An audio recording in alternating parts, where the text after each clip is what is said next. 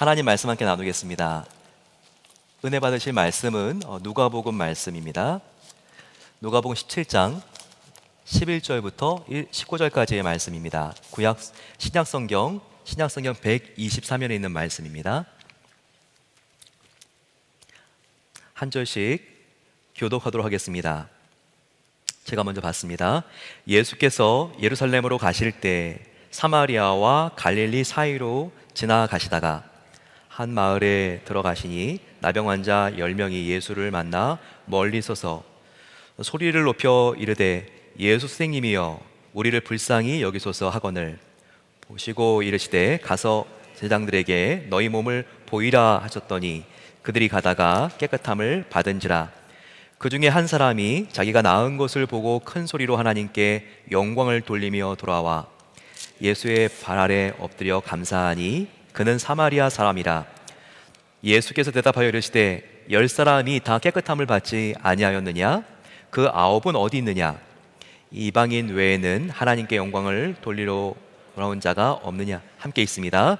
그에게 이르시되 일어나 가라 내 믿음이 너를 구원하였느니라 하시더라. 아멘.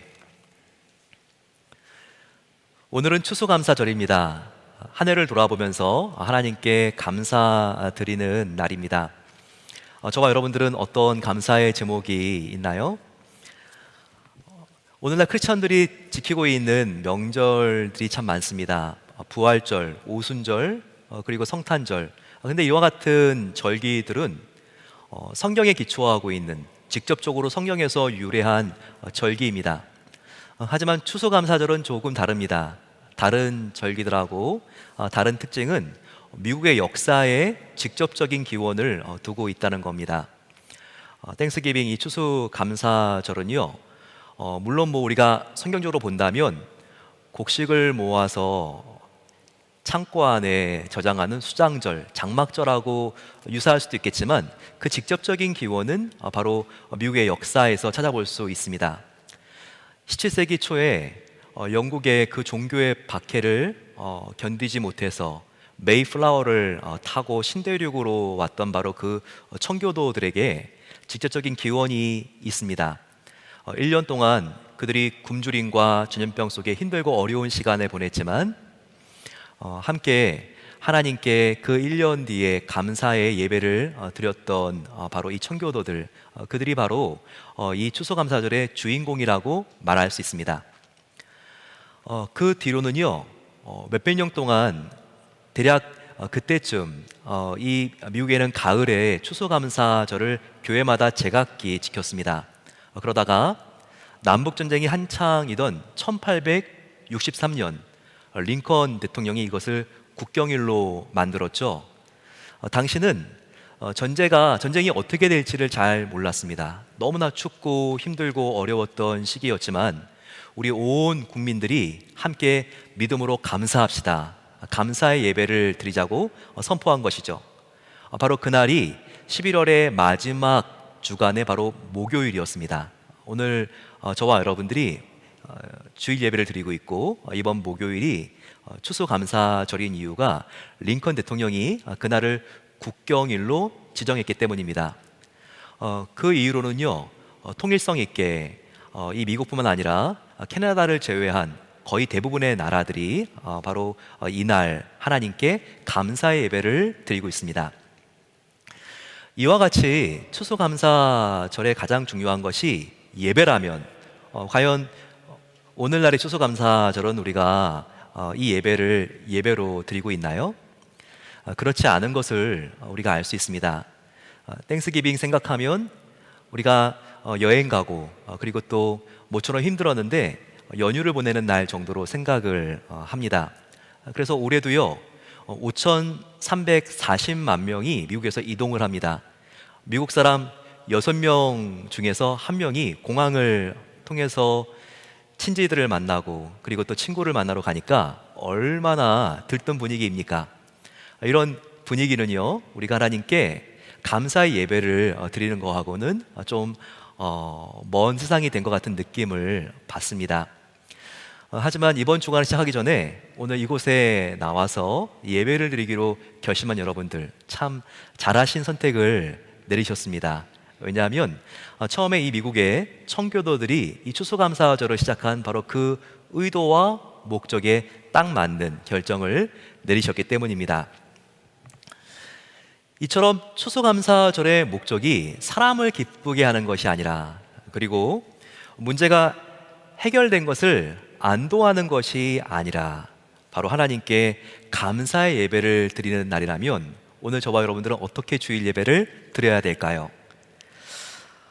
다윗은 특별히 하나님께 어떻게 하나님을 기쁘시게 드릴 수 있는지를 너무나 잘 알았던 사람이었습니다. 그래서 시편 100편에 이렇게 찬양하고 있습니다. 온 땅이여 여호와께 즐거운 찬송을 부를지어다. 감사함으로 그의 문에 들어가며 찬송함으로 그의 궁전에 들어가서 그에게 감사하며 그의 이름을 송축할지어다. 여호와는 선하시니 그의 인자하심이 영원하고 그의 성실하심이 대대에 이르리로다. 이렇게 그가 고백하고 있습니다. 얼마나 다윗이 진심으로 하나님을 높여 찬양하고 감사합니까? 그리고 무엇을 다윗은 감사하고 있습니까? 자기에게 부어주신 형통과 성공을 감사하고 있지 않습니다. 바로 하나님의 존재 자체를 감사하고 있어요. 하나님이 나에게 이것도 해주시고 저것도 해주시고 하나님의 doing에 대해서 감사하는 게 아니라 바로 하나님의 being, 하나님의 하나님됨, 바로 하나님의 존재 자체를 감사하고 있어요. 그래서 어디서 볼 수 있죠? 바로 하나님의 선하심과 인자하심과 성실하심, 하나님의 존재 자체를 그가 감사드리고 있기 때문입니다. 그런데 하나님은 왜 우리가 하나님의 존재 자체를 감사드리고 인정해 드리는 것을 그렇게 기뻐하실까요? 그 이유를 한번 생각해 보셨습니까? 그 가장 중요한 이유는요, 하나님도 역시 저와 여러분들, 우리를 존재 자체로 사랑하는 분이기 때문입니다. 하나님께서 우리를 사랑하는 이유는요, 우리가 하나님께 정말 무엇인가 위대하고 값비싼 선물을 드렸기 때문이 아닙니다. 뭔가 굉장한 일을 하나님을 위해서 해드렸기 때문이 아닙니다. 하나님은 이미 이 세상 모든 것들을 다 가지고 계신 창조주시고 만유해 주시잖아요. 그렇기 때문에 하나님은요, 우리가 어떠한 소유물을 드렸기 때문이 아니라 그냥 우리의 존재 자체를 사랑하시는 거예요. 저와 여러분들이 하나님께서 빚으시고 호흡을 넣어주신, 하나님이 우리를 창조하신 둘도 없는 하나님의 자녀이기 때문에 하나님은 우리를 존재 그 자체로 사랑하시는 것입니다. 뭔가 하나님을 우리가 해드리려고 큰 부담을 가질 필요 없어요. 우리가 하나님의 사랑받는 자녀 그 자체이기 때문에 하나님은 존재 자체로 우리를 둘도 없이 사랑하십니다. 저는 이런 모습을요, 우리의 부모님을 통해서 느낄 수 있어요. 저는 양가 부모님이 다 한국에 사십니다. 그런데 벌써 이렇게 한국을 떠나온 지가 20년 가까이 되고 있으니까 부모님들이 참 미국에 방문하신 지가 벌써 여러 번 되는 것 같아요. 양가가 한 번씩 번갈아 가면서 이렇게 3, 4년에 한 번씩 방문을 하는데요. 부모님의 연세가 이제 80 가까이 되셨습니다. 그러다 보니까 부모님이 몇 달을 지내시다가 귀국할 때 마음이 이전과는 좀 많이 다른 것을 느끼게 됩니다. 혹시 이번 여행이 마지막이 되진 않으실까? 다음에 여행 오더라도 지금처럼 건강한 모습으로 오실 수 있을까? 이런 마음이 드는 거예요. 그래서 부족하지만 이전보다 훨씬 더 잘해드리고 싶은 마음이 듭니다. 그래서 아내와 함께 부모님이 가실 때는 뭔가 크진 않지만 용돈과 정성스럽게 쓴 카드를 이렇게 드리죠. 그러면 양가 부모님이요, 거의 항상 돌아오는 반응은 같습니다. 고맙구나. 그런데 내가 마음으로 받은 것으로 하마. 이건 너희가 살림에 보탰으면 좋겠다. 이렇게 극구 사양을 하십니다. 그래도 우리가 어떻게든 드리고 부모님이 떠나도요, 참 이게 어쩔 수가 없어요. 예, 보게 되면 자녀들이 그 봉투를 가지고 있는 거예요. 그러면서 할머니, 할아버지가 용돈으로 이렇게 쓰라고 주셨다고. 참 이것을 보면서 이게 부모님의 마음이구나, 이런 마음을 갖게 됩니다. 뭔가 용돈을 드렸다고 해서 저희들을 사랑하는 게 아니죠. 부모님은요, 자녀를 바라보기만 해도 흐뭇한 겁니다. 또 자녀가 감사를 표현하는 그 마음만 알았어도 흐뭇한 것이 부모님의 사랑 아닐까요? 이렇게 자녀의 그 존재 자체를 사랑하시는 것이 부모님의 마음입니다. 저와 여러분들도 자녀들을 바라볼 때 딱 그 마음이지 않습니까? 하나님의 사랑도 마찬가지라는 거예요. 하나님의 자녀인 우리의 존재 자체가 그렇게 좋으시다는 겁니다. 그래서 우리도 다윗처럼 변함없으신 그 하나님의 존재 자체, 그분이 사랑이시기 때문에 우리가 감사할 수 있을 때, 찬양을 드릴 수 있을 때, 예배를 드릴 때 하나님은 그 감사를 가장 기뻐 받으시는 겁니다. 오늘 본문은요, 이 예수님의 3년의 공생애 중에서 마지막 때 그 즈음을 보여주고 있습니다. 예수님께서 주로 갈릴리에 사역하시다가 이제는 십자가의 길을 가시기 위해서 갈릴리에서 내려오셨어요. 갈릴리는 이 사마리아하고 굉장히 가까이 있거든요. 남쪽으로 내려오시다가 바로 이 갈릴리와 사마리아의 이 경계선 정도에 오신 것 같습니다. 그럴 때 갑자기 10명의 나병 환자들이 예수님께로 뛰어왔습니다. 그리고 이렇게 소리를 질러 외칩니다. 예수 선생님이시여, 우리를 불쌍히 여겨 주시옵소서. 예수님께서는 그들이 나병 환자들인 것을 알아채시고 너무나 불쌍한 마음이 드셔서 고쳐주고 싶으셨습니다. 그래서 이렇게 말씀하십니다. 너희의 몸을 제사장들에게 보이거라. 그랬더니 오늘 본문은 나병 환자들이 제사장에게 자기들의 몸을 보이러 가는 동안 그 나병이 깨끗하게 나은 사건을 보도하고 있습니다. 고대 이스라엘 사회에서는요, 나병을 영적인 질환으로 생각을 했습니다. 나병이 죄를 상징한다고 생각했기 때문입니다. 정말 나병은 여러 면에서 죄와 유사한 점이 있는 것 같습니다. 과거에는 문둥병이라고 불렀고, 한센시병인 바로 이 나병은요, 통증을 느끼지 못하고 서서히 몸이 썩어져가는 병이라는 것을 다 아실 겁니다. 나병이 무서운 것은 통증과 고통을 느끼지 못한다는 거예요.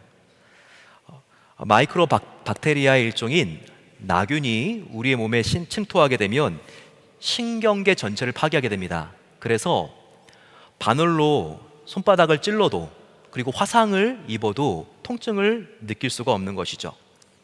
그러면서 서서히 손가락, 발가락, 그리고 코와 귀가 다 떨어지면서 죽어갑니다. 얼마나 무서운 병인가요? 죄도 마찬가지입니다. 아주 서서히 조금씩 우리의 영혼을 마비시키고 파괴합니다.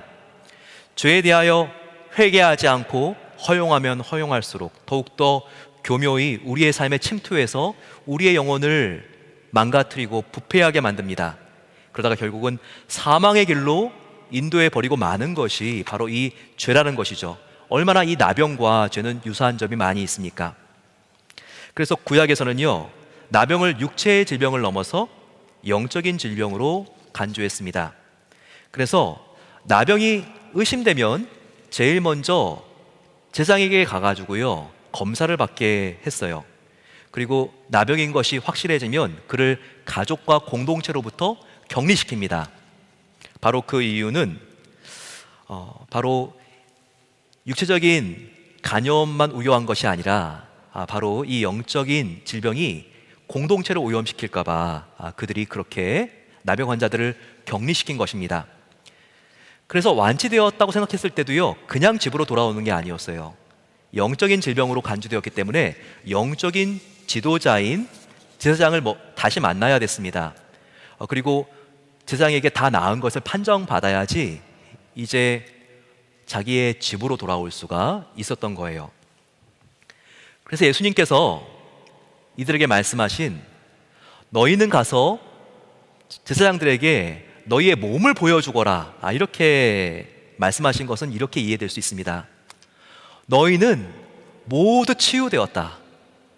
그러니 제사장에 가서 완치 판정서를 이제는 받거라, 이렇게 말씀하신 것입니다. 그런데 놀라운 사실은요, 나병 환자들이 예수님의 이 말씀을 믿고 순종했다는 것입니다. 그리고 14절을 보게 되면 그들이 가다가 깨끗함을 입었다고 나와 있습니다. 가다가 그들이 몸이 나은 것을 발견하게 된 것입니다. 처음에 예수님이 제사장에게 가라라고 했을 때는요, 자기 몸의 변화가 일어났어도 그것을 모르고 있었겠죠. 하지만 가다가 그들이 알아챈 것입니다. 걸을 때 살결을 파고 들어오는, 정말 몇십 년 만에 자기의 살결을 살랑이는 산들바람의 그 신선함이 느껴졌겠죠. 그리고 가다가 그 발가락 사이를 까칠까칠하게 그렇게 촉감을 주는 모래알을 느낄 수가 있었겠죠. 10명의 나병 환자들은 가다가 그들이 나은 것을 깨닫게 되었습니다. 그들이 얼마나 좋았을까요? 서로 얼싸안고 환호성을 지르면서 기뻐했을 장면이 상상이 됩니다. 그런데 여기서 그 10명이요, 확연하게 다른 두 가지 반응을 보입니다. 이때 9명은요, 그 길로 예수님과 멀어지는 선택을 합니다. 그들이 병이 나은 다음에 어떻게 된지는 나와 있지 않지만 추측컨대 그들은 제사장을 만났겠죠. 그리고 쏜살같이 자기의 집으로 달려갔을 것입니다. 정말 몇 년만 가족을 보지 않아도 이렇게 그리운데 몇십 년 동안 자기의 부모님과 자녀들 그리고 아내를 얼마나 만나고 싶었을까요? 그런데 오직 한 명은 달랐습니다. 그 한 명은요, 예수님과 더 가까워지는 길을 선택합니다. 그래서 예수님께 돌아가서 감사를 표현하고 있어요. 그 장면이 15절과 16절에 이렇게 잘 나타나 있습니다. 그 중에 한 사람이 자기가 나은 것을 보고 큰 소리로 하나님께 영광을 돌리며 돌아와 예수의 발 아래 엎드려 감사하니, 이렇게 표현되어 있습니다. 그는 완치된 것을 알고 먼저 하나님께 영광을 올려드립니다. 그 다음에 어떻게 하죠? 예수님에게 가서 그는요, 완전히 예수님의 그 발치 아래 엎드립니다. 그리고 허리를 굽혀 무릎을 꿇고 완전히 엎드려 감사를 표현하고 있습니다. 이 모습은요, 왕께 경배하는 모습입니다.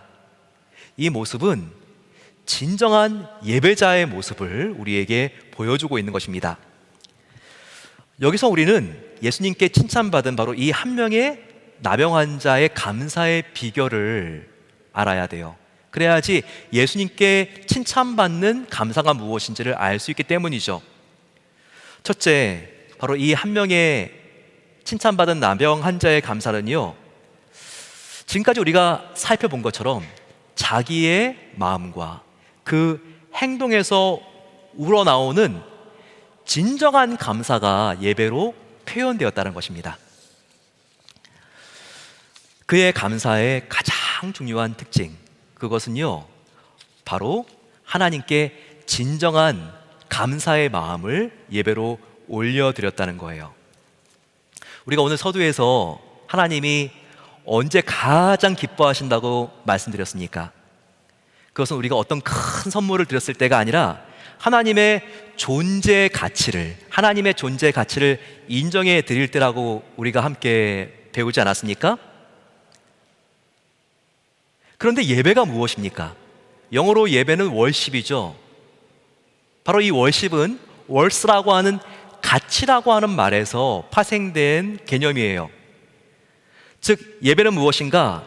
예배는 존귀하고 영화로우신 하나님의 가치를 그대로 인정해 드리는 것, 바로 이것이 예배라는 것입니다. 9명의 나병 환자와 이 한 명의 나병 환자의 차이가 무엇이었습니까? 9명의 나병 환자는요, 나병에서 고침을 받고 감사한 마음이 있었는지 없었는지 잘 모르겠습니다. 하지만 있었어도 그 감사를 표현하지 않았던 사람들이었습니다. 하지만 이 한 명의 나병 환자는요, 감사한 마음이 들었을 때 바로 그 마음을 표현한 사람이었다는 거예요. 이 두 그룹에 대한 예수님의 평가는 다릅니다. 감사를 표현하지 않은 나병 환자들은요, 예수님께 칭찬이 아니라 책망을 받았죠. 하지만 감사한 마음을 표현한 이 나병 환자는요, 바로 예수님께 칭찬을 받았습니다. 여기서 우리는 중요한 사실을 알 수 있어요. 그것은 무엇인가? 우리가 감사한 마음을 가지고 하나님의 성품과 하나님께서 나에게 베풀어 주신 바로 그 일, 바로 하나님의 존재 자체를 그대로 인정해 드리고 감사드리는 것, 바로 그것이 하나님이 가장 기뻐하는 예배의 필수 요건이라는 것입니다. 하나님은 이렇게 하나님의 존재 자체를 높여 드릴 수 있을 때 하나님은 그 예배와 그 감사를 가장 기뻐하시는 것입니다. 사랑하는 성도 여러분, 오늘이 추수감사 주일인데요, 어떤 감사를 가지고 하나님께 나오셨습니까? 10개 감사의 제목을 함께 적자고 했는데 적을 때 어려움을 느끼신 분들은 혹 있지 않습니까? 감사의 제목 쓰는 것이 왜 이렇게 어렵지? 정말 생각이 안 나네. 왜 이렇게 막연하고 구체적이지가 않고 추상적인 거야? 하지만 여러분, 감사는요, 어려운 게 아니에요. 감사는요, 어쩌면 굉장히 단순하고 쉬운 것일 수 있습니다. 왜냐하면 감사는 하나님께 감사한 것을 감사하다고 그대로 인정해 드리는 것이거든요.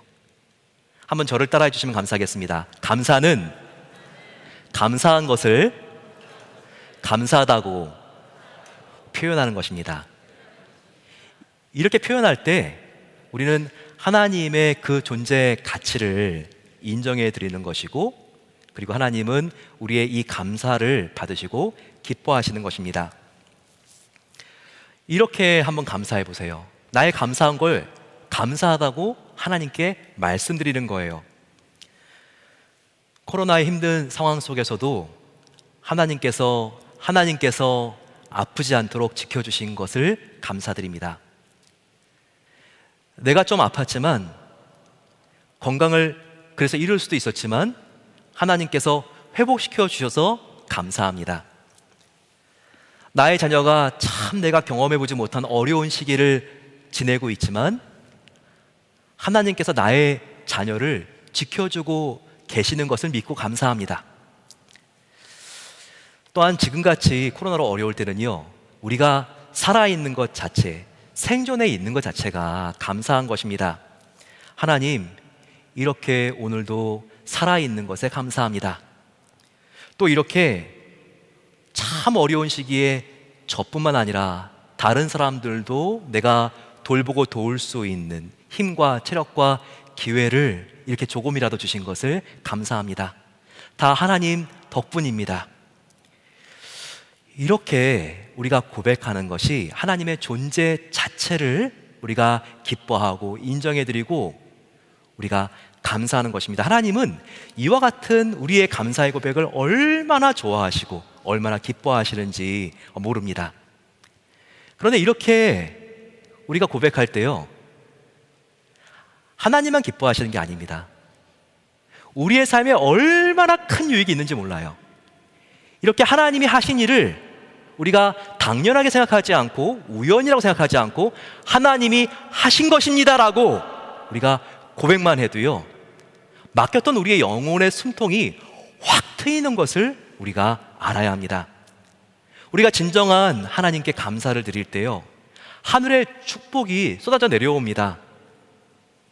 그래서 이 감사는요, 하늘문을 여는 열쇠라고 말할 수 있어요. 하나님께 진정한 감사를 드려보십시오. 그러면 우리 마음속에 기쁨의 문이 활짝 열립니다. 내 마음이요, 하늘의 기쁨으로 물들기 시작해요. 하나님께 감사를 드려보십시오. 그러면 막혔던 기도의 문이 열립니다. 이건 틀림없는 사실이에요. 감사해 보십시오. 하나님과 멀어진 관계가 회복이 되고요, 우리의 기도가 살아나기 시작하고 회복이 되는 것입니다. 또한 중요한 것, 하나님께 감사해 보십시오. 그러면요, 하나님께서는 구원의 문을 열어주십니다. 바로 그 약속이 누가복음 17장 19절, 바로 이 약속입니다. 우리 같이 한번 이 말씀 읽어볼까요? 가로 안에 있는 거 읽지 말고 그냥 우리가 읽어보겠습니다. 시작. 그에게 이르시되 일어나 가라, 내 믿음이 너를 구원하였느니라 하시더라.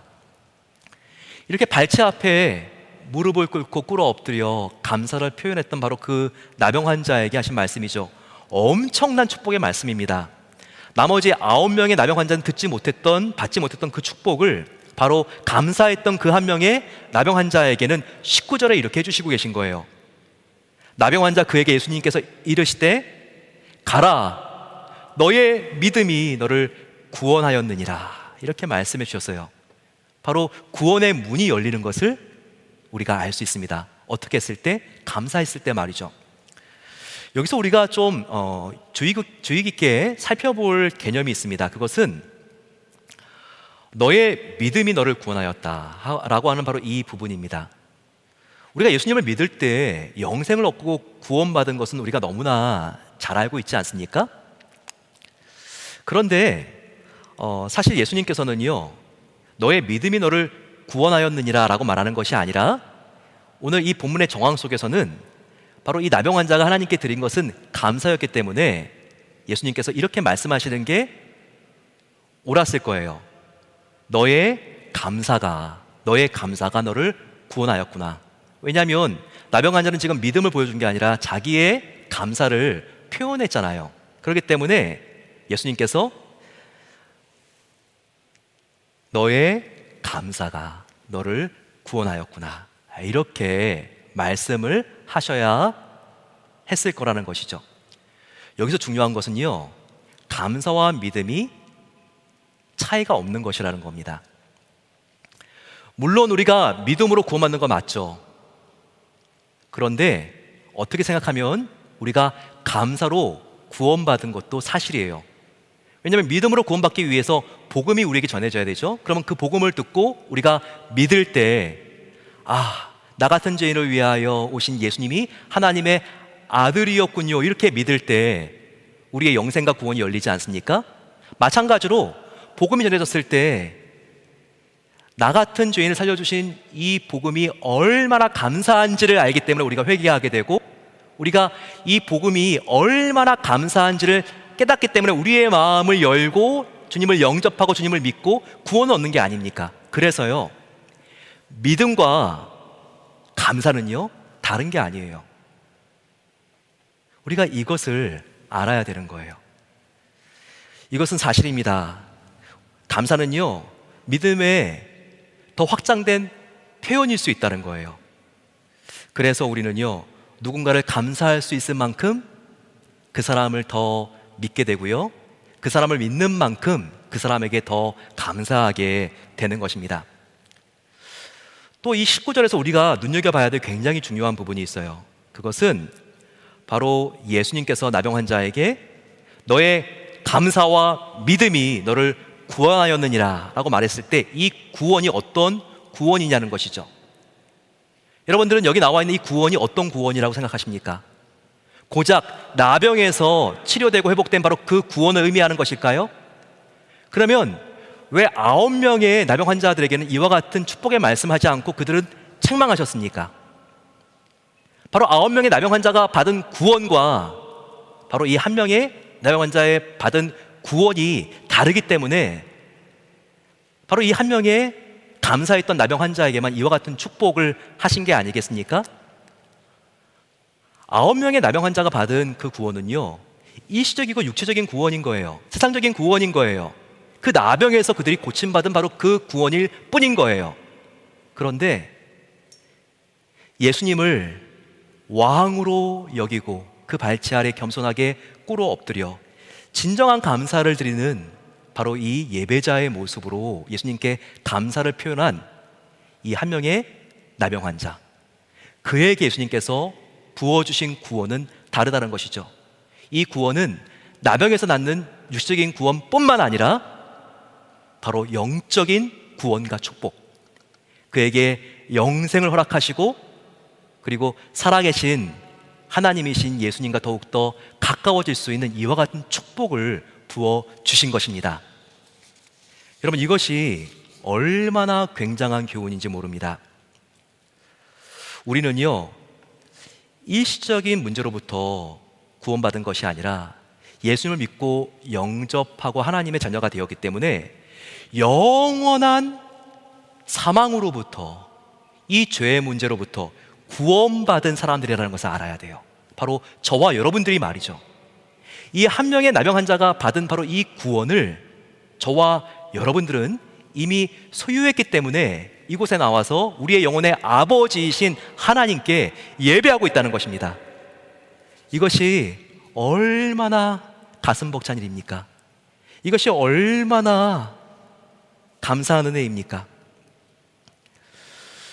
여기서 육체적인 어려움으로 오늘 나와서 예배드리고 있는 분들도 많이 계실 것 같습니다.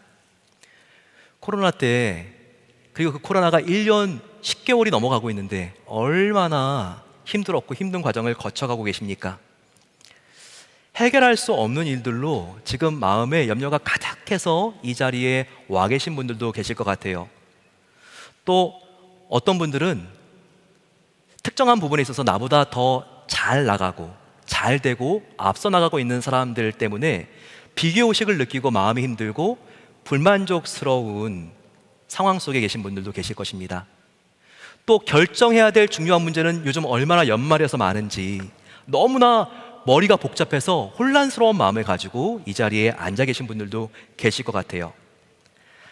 하지만 여러분,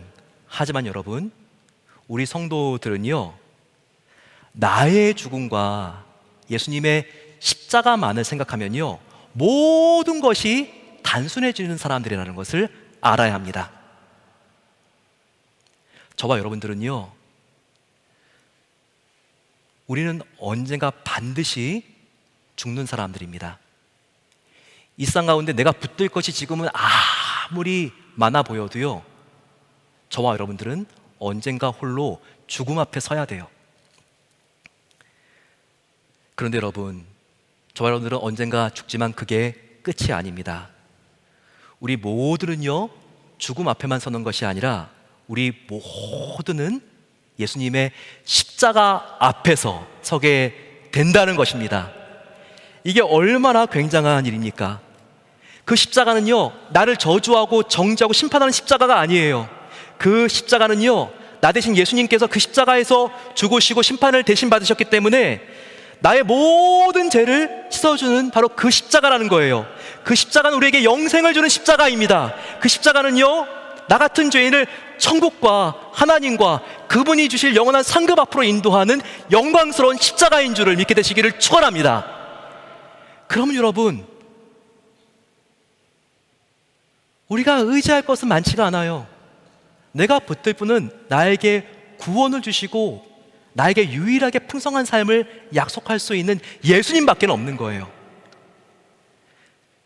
이미 예수님의 은혜로 영생을 가졌고 그리고 하나님의 자녀가 되었고 나그네 인생이 끝나면 우리가 가야 될 이 세상과 비교가 안 되는 천국의 본향이 있습니다.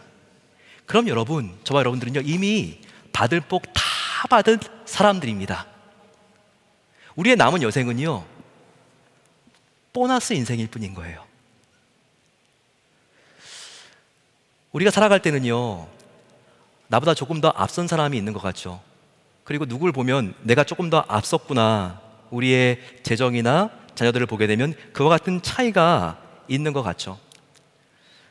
그런데 우리가 예수님을 믿는 순간 그와 같은 작은 차이가 아니라 예수님을 믿는 우리 모두는요, 곱하기 무한대가 된 사람들이에요. 예수님 한 분을 믿었기 때문에 저와 여러분들은 곱하기 무한대가 되었기 때문에 이미 우리는 최대치의 행복을 이미 다 약속받은 것이 아니라 지금도 이것을 믿을 때 누릴 수 있는 사람들이라는 것을 믿게 되시기를 축원합니다.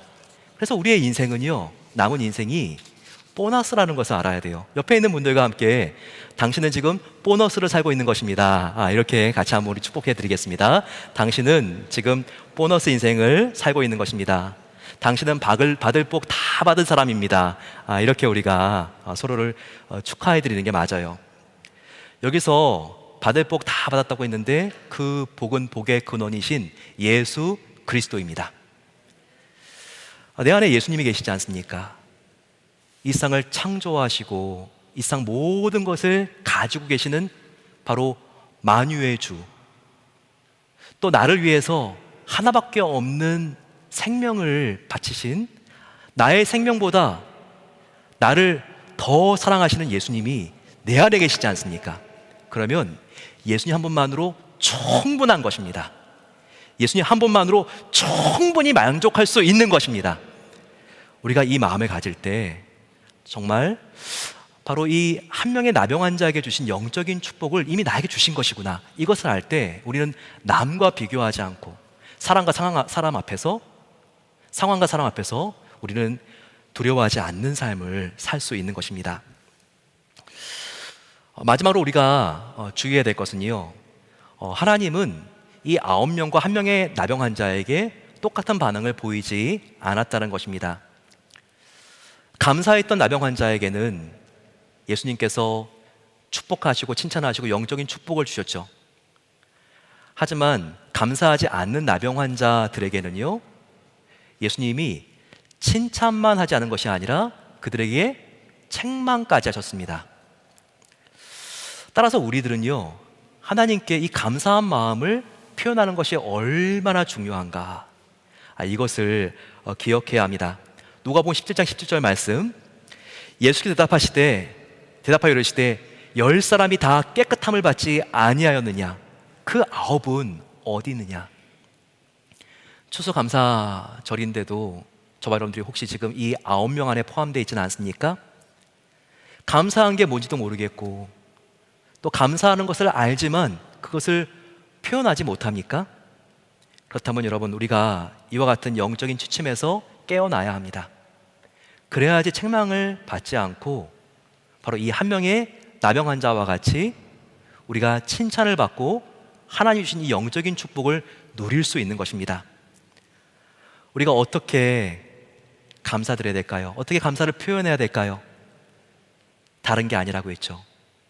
지금까지 지내온 것, 내가 이 자리에 서 있는 것, 당연한 것이 아니라, 우연이 아니라 하나님께서 해주신 것입니다. 하나님께서 이루어 주셨습니다. 이 감사의 고백을 드리는 것입니다. 이번 추수감사절 그와 같은 감사를 내가가 주어가 아니라 하나님이 주어가 되어서 하나님께서 해주신 일입니다 고백할 때 우리의 마음이 하늘의 평안과 기쁨으로 물들게 되시기를 축원합니다.